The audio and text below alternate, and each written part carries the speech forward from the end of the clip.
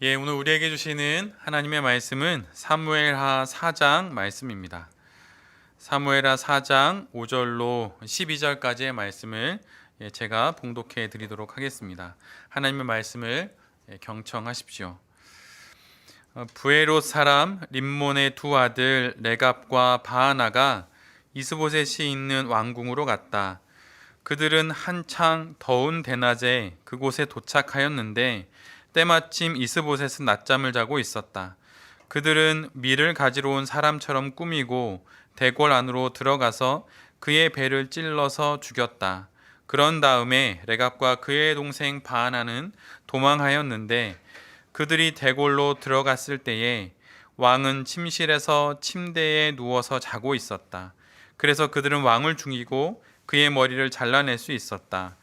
그들은 그의 머리를 가지고 나와 밤새도록 아라바 길을 걸어서 헤브론으로 갔다.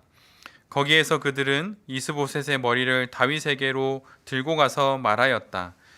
임금님의 생명을 노리던 원수 사울의 아들 이스보셋의 머리를 여기에 가져왔습니다. 주님께서 높으신 임금님을 도우시려고 오늘에야 사울과 그의 자손에게 벌을 내려서 원수를 갚아 주셨습니다. 그러나 다윗은 부에롯 사람 림몬의 아들 레갑과 그의 동생 바하나에게 이와 같이 대답하였다. 온갖 죽을 고비에서 나의 생명을 건져주신 확실히 살아계신 주님을 두고 맹세한다. 전에 사울이 죽었다는 소식을 나에게 전하여 주고 자기는 좋은 소식을 전한 것으로 여긴 자가 있었다. 나는 그를 붙잡아서 시글락에서 죽였다. 이것이 내가 그에게 준 보상이었다.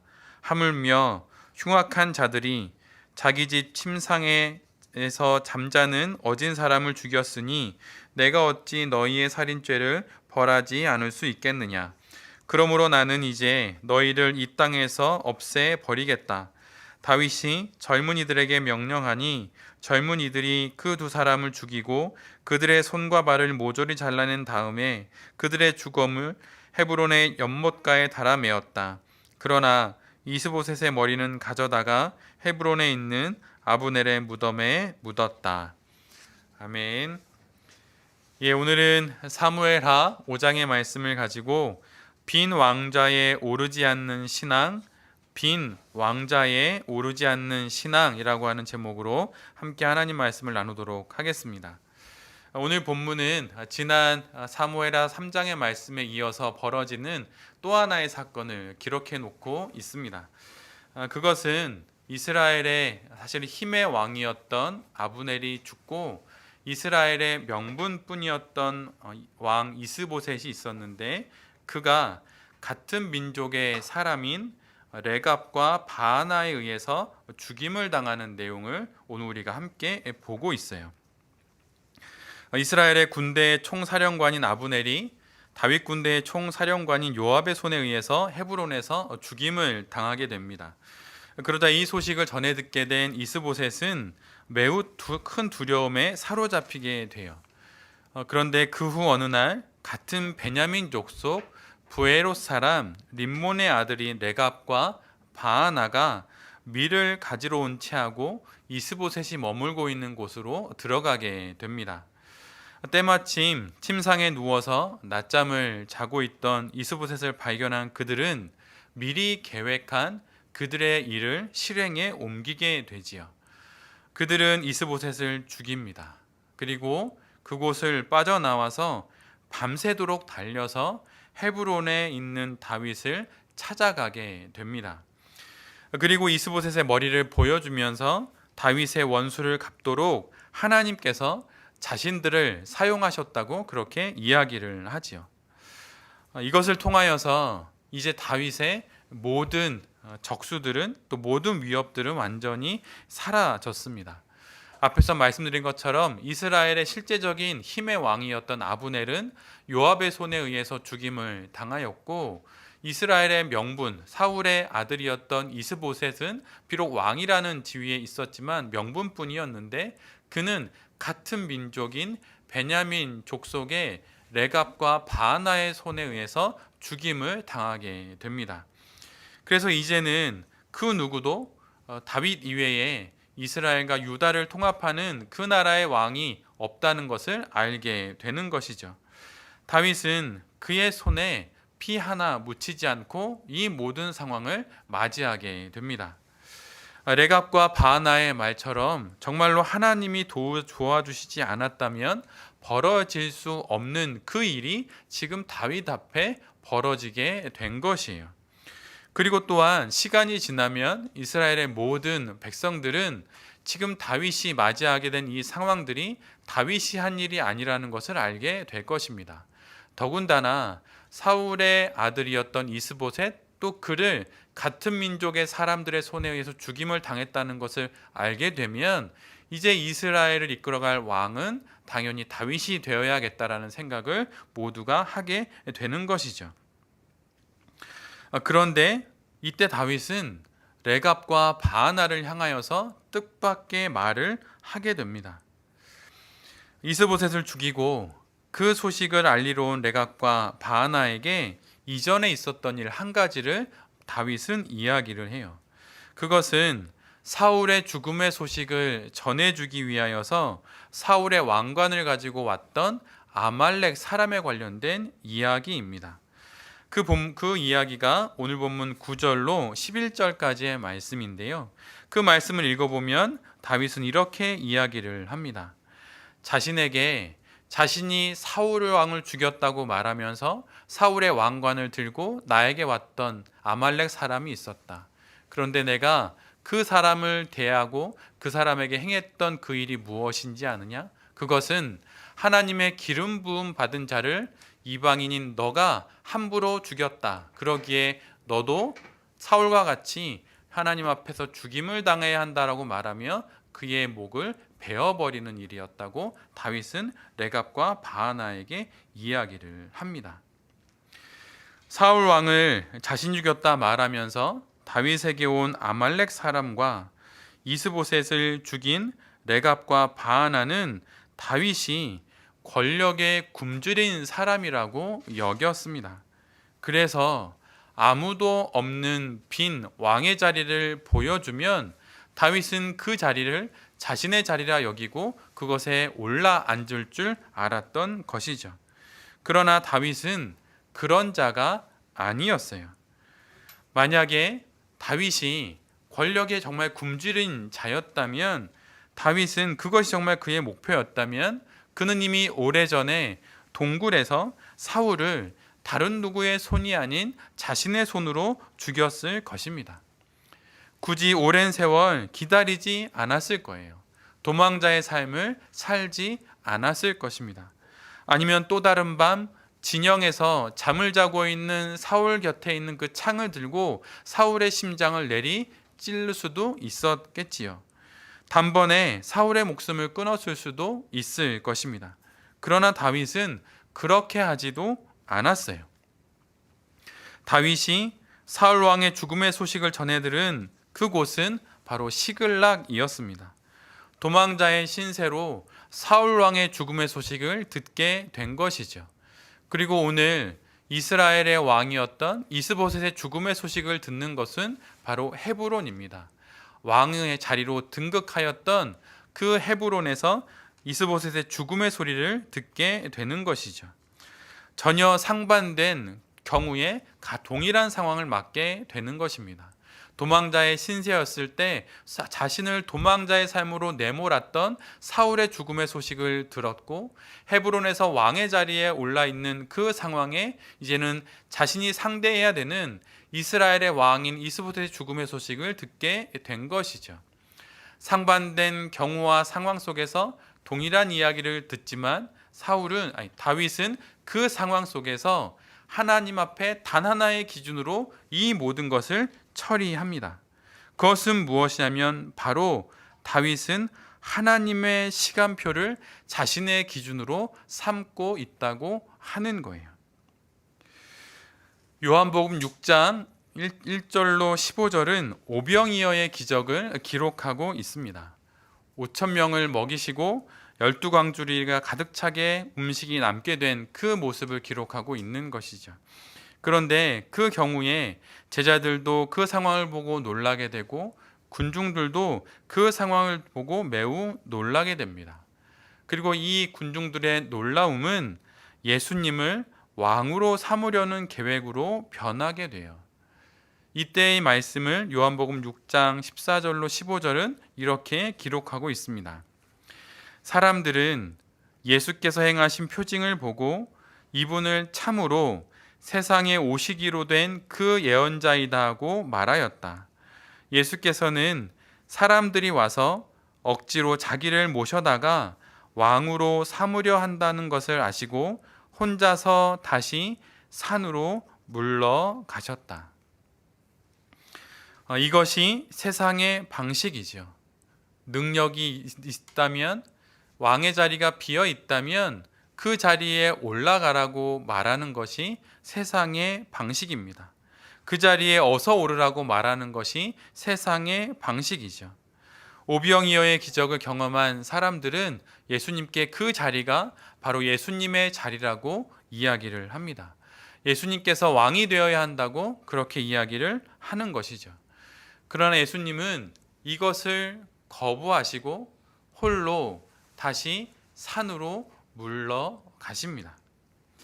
예수님이 홀로 다시 산으로 물러간다고 성경은 명확히 기록하고 있는데 이것이 바로 지금 다윗이 비어있는 왕좌를 두고 선택하는 그의 삶의 방식이에요. 예수님이 홀로 다시 산으로 물러가셨다 성경은 기록하고 있습니다. 홀로라고 하는 것은 자신을 왕으로 추대하려고 하는 사람들과 거리를 둔다고 말씀하시는 것이고, 다시라고 말하는 것은 이런 일들이 빈번히 여러 번 있었다고 하시는 것이죠. 산으로 간다고 하는 것은 당신께서 가셔야 할 곳이 늘 언제나 예수님께는 있었다고 하는 거예요. 그리고 물러갔다고 하는 것은 그곳으로부터 오셨다고 하는 것이죠. 늘 언제나 그곳으로부터 오셨고 늘 언제나 세상 가운데 삶을 사시다가 그곳으로 물러가신 거예요. 그렇다면 예수님께 언제나 홀로 다시 물러가셨던 그 산은 무엇일까요?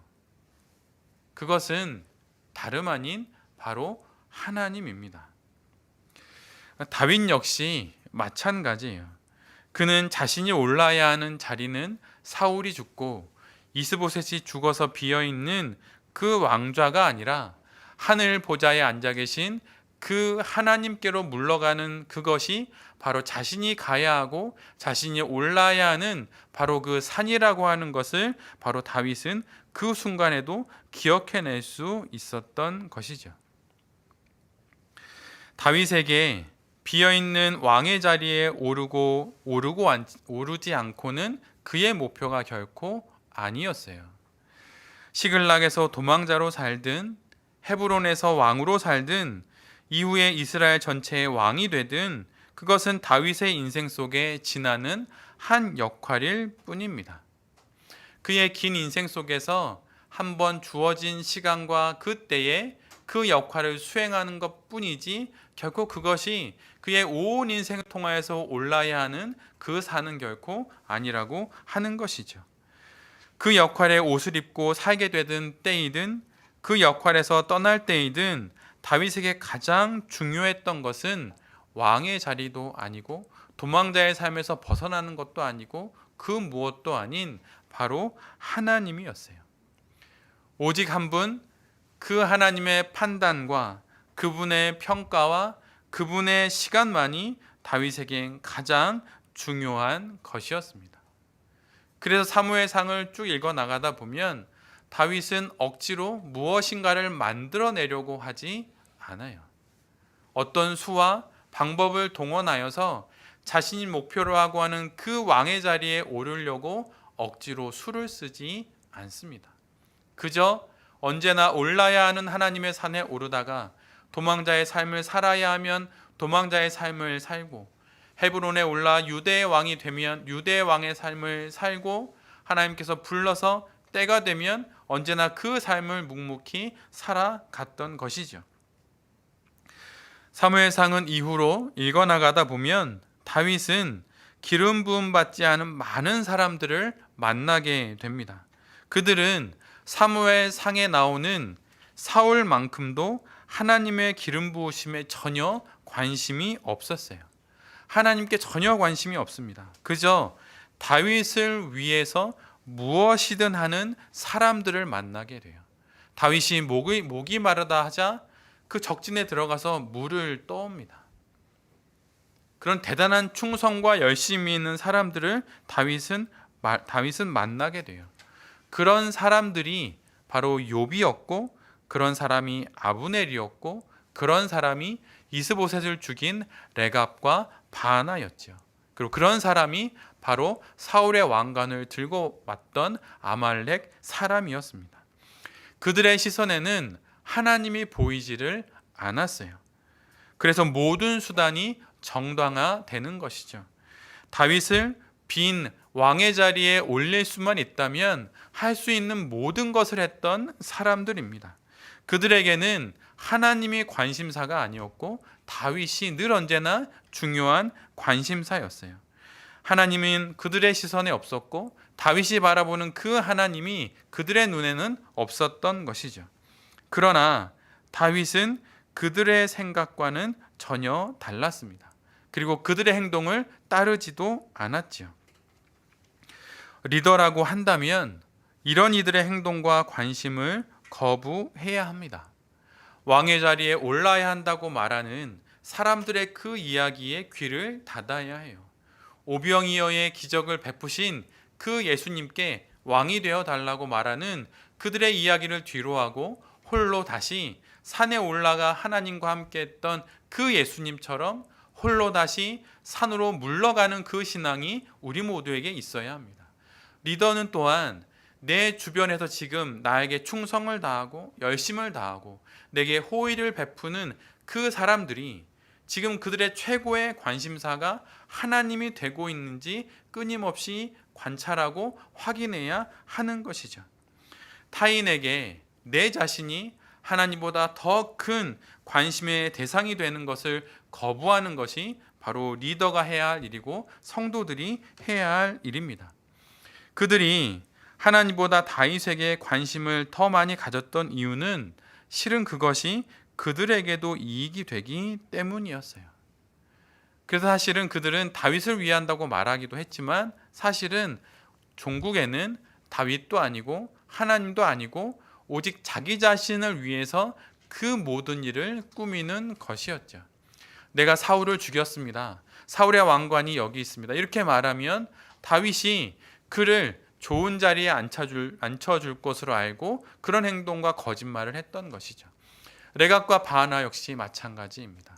그러나 다윗은 그들의 그 행동과 모든 것들을 받아들이지 않았어요. 거부했어요.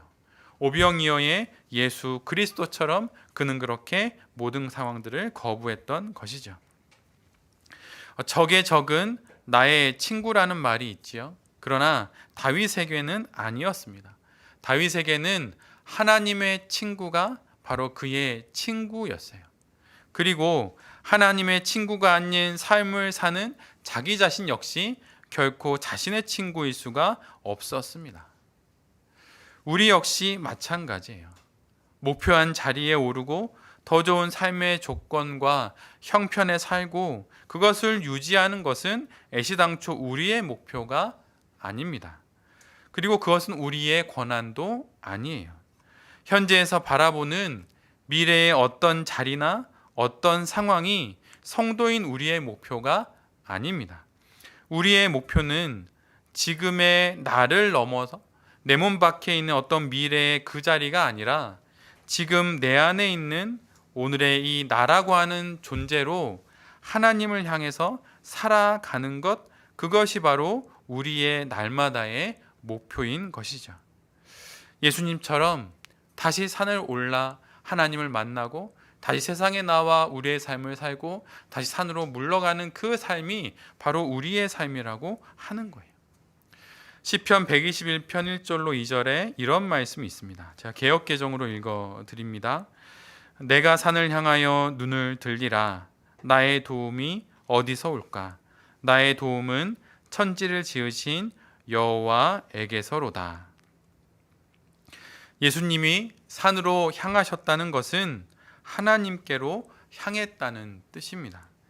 도우실 하나님, 나를 건지실 하나님, 천지를 지으신 그 하나님께로 예수님께서 향하셨다고 하는 거예요.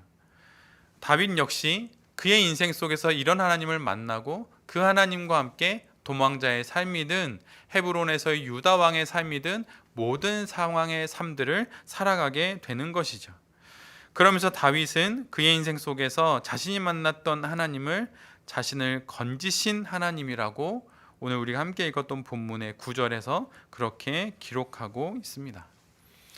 하나님이 우리에게 가장 궁금해하시는 것은 우리의 자리가 도망자의 자리인지 아니면 왕의 자리인가 하는 그런 것들이 결코 아니에요.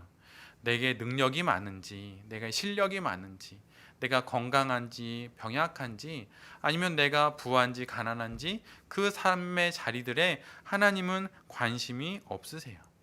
하나님이 가장 중요하게 여기시는 것은 어떤 자리가 되었든 지금 그 자리에서 하나님을 향하고 있는가 하는 바로 그것이죠.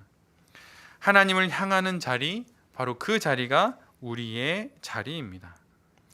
그렇게 하나님을 향하는 그 자리에서 우리는 우리의 삶을 살아가는 것이죠.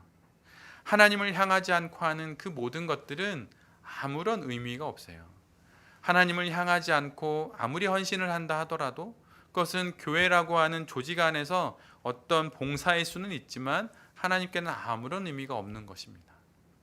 하나님을 향하지 않고 말씀을 전하는 것은 어떤 잘 준비된 연설문을 하는 것과 아무런 차이가 없어요. 좋은 강의를 하는 것과 아무런 차이가 없죠. 하나님을 향해서 드리지 않는 그 예배와 찬양은 그냥 우리의 달란트를 뽐내는 것에 지나지 않을 수 있어요. 우리가 무엇을 하든 어떤 것을 하든 그것이 가치가 있을 수 있는 단 한 가지의 이유는 그것이 하나님을 향할 때예요. 우리가 올라야 하는 자리는 빈 왕의 자리가 아닙니다.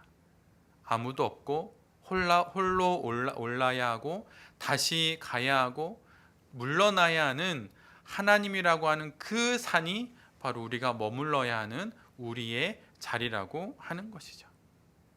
성도의 삶을 다양하게 정의할 수 있겠지만 성도의 삶을 오늘의 본문의 말씀을 따라 정리하자면 신앙이란 자리 찾기라고 할 수 있어요. 세상에서 그럴듯한 삶의 자리를 찾는 것이 아니라 하나님 앞 그 자리를 찾는 것, 그것이 바로 신앙 생활이죠. 그런데 그 자리가 그냥 순간에 바로 찾아지는 것이 결코 아닙니다. 때로는 여기 빈 왕의 자리가 있다고 말하면서 너가 이 자리에 앉을만 하다고 그렇게 말하는 사람들을 만날 수도 있어요. 그것이 바로 예수님이 경험했던 바로 광야에서의 그 새 시험이죠. 능력 있지 않느냐, 실력 있지 않느냐, 사람들이 너를 주목해야 복음을 전하지 않겠느냐, 하나님이 너를 보호하지 않느냐라고 말하면서 그 모든 것들을 보이라고 말합니다. 그 능력을 발휘하고 실력을 발휘하고 주목받아야 하는 그 자리가 너가 올라야 할 자리라고 사탄은 예수님께 말을 했었죠. 근데 예수님께서 그 자리를 당신의 자리가 아니라고 명확히 이야기를 하시면서 시험을 받으시고 비로소 공생애를 시작하십니다. 우리의 사역, 우리의 하나님 앞에서의 삶의 시작 역시 마찬가지예요. 왕의 자리, 그 세상의 자리가 아니라 주목받는 자리가 아니라 하나님 앞이 나의 자리라고 여기는 그 지점이 바로 우리의 신앙이 시작할 수 있는 바로 그 지점입니다. 그래서 신앙이란 바로 자리 찾기예요. 하나님 앞 그 자리, 저 산에 있는 하나님을 향하여 나아가는 그 자리, 그 앞자리를 찾아가는 것이 바로 신앙 생활입니다. 그런데 그 신앙의 자리, 그 자리를 찾아가는 것이 쉽지 않아요. 그 자리가 희미하기 때문에 어려운 것이 아닙니다. 멀리 있기 때문에 어려운 것이 아니에요. 무엇이냐면 그 자리는 기다리면서 찾아가야 하는 자리이기 때문이에요. 여러분, 어린아이들을 양육하다 보면 아이들이 제일 어려워하는 게 무엇입니까? 기다리는 거예요. 아빠 12월 25일이 성탄절이에요. 아빠 저 선물 이거 갖고 싶어요. 11월부터 이야기를 하죠. 근데 아이가 11월에 어제 얘기해놓고 오늘 선물 왔냐고 물어봐요. 근데 아이들에게 제일 먼저 가르쳐야 하는 것 중에 하나는 그 상황을 설명하면서 인내를 가리키는 거죠. 무조건 기다려 이렇게 말하는 게 아니고 이 상황이 어떠한 상황이고 그 선물이 어떤 의미가 있는지 설명을 하고 잘 기다리게 하는 것입니다. 그럴 때 그 자리에 갈 때 그 선물을 받을 때 아이들이 너무 기뻐하는 거예요. 그런데 아무런 설명도 없이 무조건 기다려 이러면 기다릴 수 있는 사람이 누가 있을까요? 아마 못 견딜 거예요. 그런데 다윗은 그렇게 도망자의 생활 동안 그렇게 자신을 기다리게 하시는 하나님을 만났어요. 그래서 그 기다리게 하시는 하나님을 오늘 본문 9절에서 이렇게 말합니다. 온갖 죽을 고비에서 나의 생명을 건져주신 확실히 살아계신 주님을 두고 맹세한다. 다윗은 자신의 인생 속에서 자신이 가야 하는 그 자리를 가며 기다리는 그 여정 속에서 자신이 만났던 하나님을 이렇게 말하는 거예요. 나의 생명을 건져주신 확실히 살아계신 하나님. 그 하나님을 바라볼 때 우리가 기다릴 수 있습니다. 여러분은 지금 어떤 하나님을 바라보고 계신가요? 인내해라.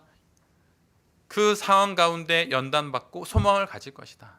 주님이 우리에게 말씀해 주셨는데 여러분 어떤 하나님을 만나면서 인내의 시간을 보내십니까? 그냥 이때가 지나가기만을 기다리십니까? 그건 하나님을 기다리는 게 아니에요. 시간이 지나가기만을 막연히 기다리는 거죠.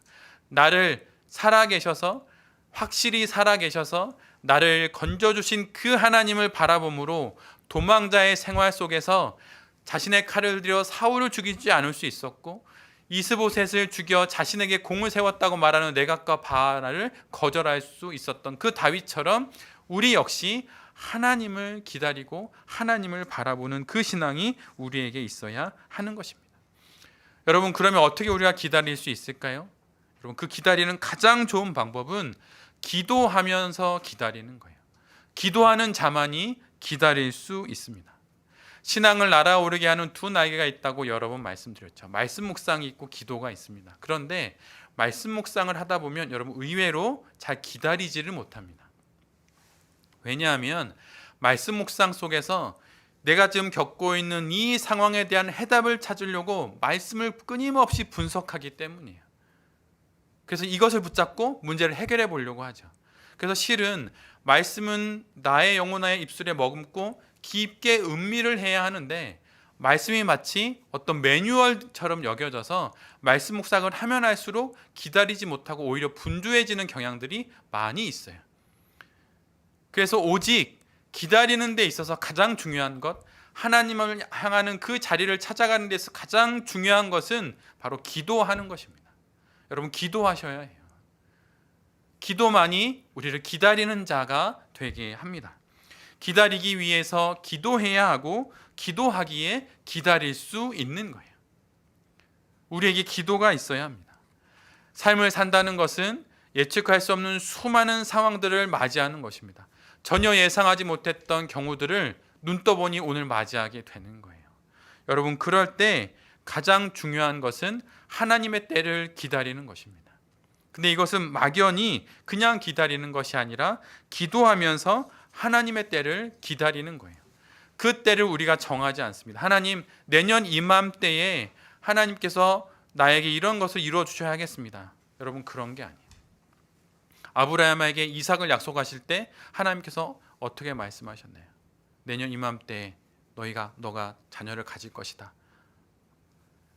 그렇게 말씀하시던 사람들은 비웃었지요. 그러나 성경 속에 등장하는 수많은 이야기 가운데 하나님의 약속은 기약을 정해놓지 않고 하시는 약속들이 너무 많아요. 그 약속 가운데 우리는 무엇을 해야 합니까? 늘 기다려야 하는 거예요. 너를 온 열방의 아비로 삼겠다 말씀은 들었지만 그게 언제인지 모르는 거죠. 우리 가운데 구원을 이루신 그 하나님께서 언제 올지 우리는 알 수 없습니다.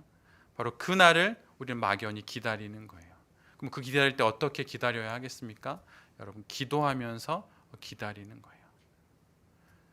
그 기도가 우리에게 있어야 합니다. 그 기도가 없을 때 하나님의 기다림 속에서 조바심이 나거나 아니면 하나님의 약속에 웃음이 나거나 그렇게 되는 거죠. 비웃었던 사라처럼 말이에요.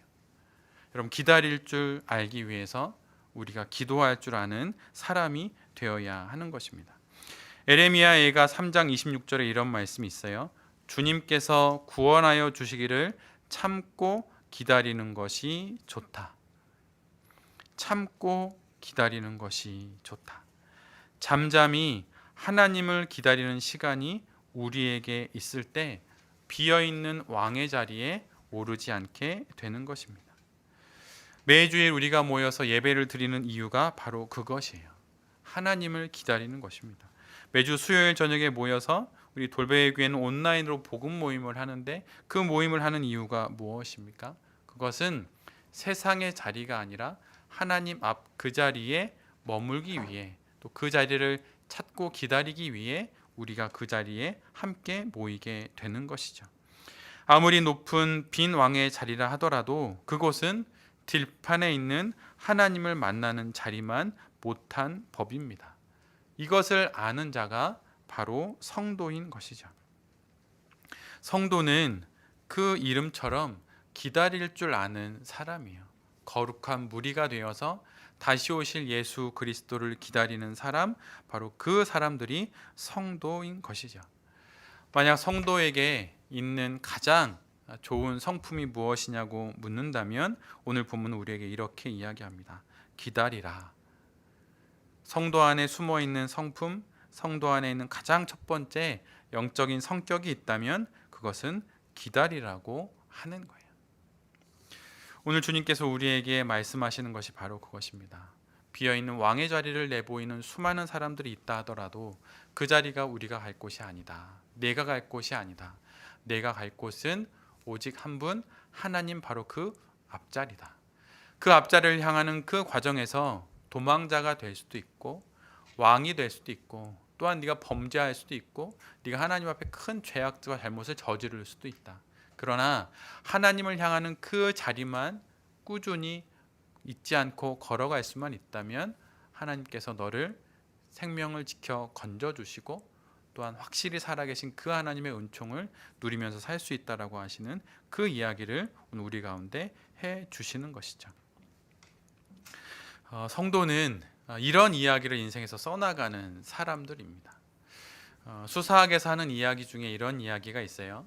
어떤 말이 설득력이 있기 위해서는 세 가지가 있어야 한다고 말하죠. 로고스, 파토스, 또 에토스, 이렇게 이야기를 합니다. 로고스는 잘 알다시피 논리 정연해야 되는 거예요. 어떤 이야기를 할 때 처음부터 서론부터 결론까지 논리 정연하게 상황들이 전개될 때 사람들이 설득이 된다고 하는 것이죠. 파토스는 그 말을 전하는 사람에게 열정이 있어야 하고 또 그 말을 듣는 그 앞에 있는 사람들의 감정이 어떠해야 하는지 헤아릴 줄 알아야 한다고 말을 하는 겁니다.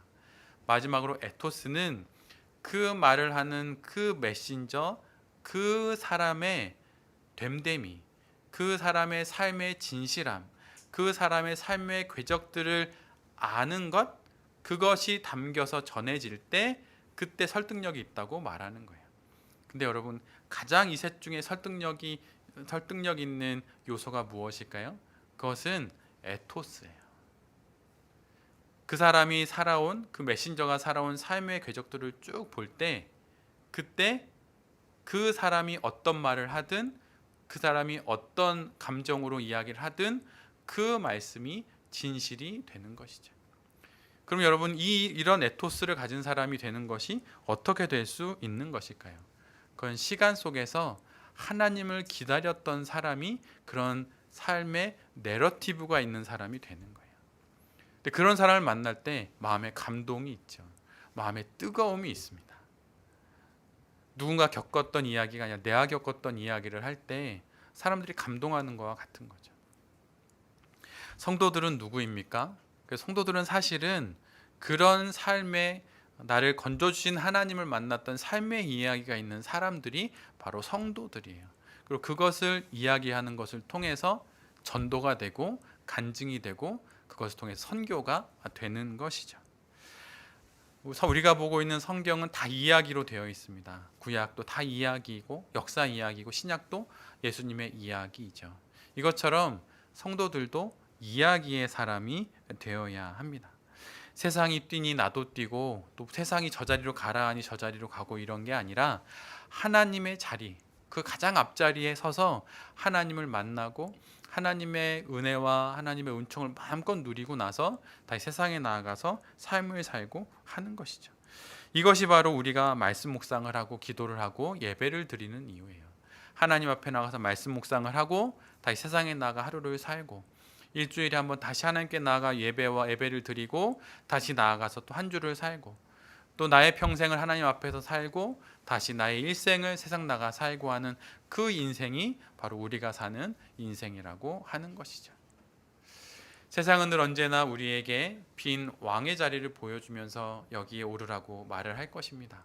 오병이어의 기적을 일으켰던 예수님에게 그렇게 했던 말이죠. 또 다윗에게 그렇게 했던 말입니다. 그러나 그곳은 우리가 올라야 할 자리가 아니라 우리가 가야 할 곳은 홀로 다시 산으로 오르셨던 그 예수님처럼 하나님 앞 그 자리가 우리가 올라야 할 자리라는 것을 기억하고 하나님과 함께 하나님을 향하여 하나님의 손잡고 우리에게 주신 인생을 잘 살아가시는 모든 성도님들과 또 이 말씀을 전하는 제 자신이 될 수 있기를 간절히 기도드립니다. 아멘.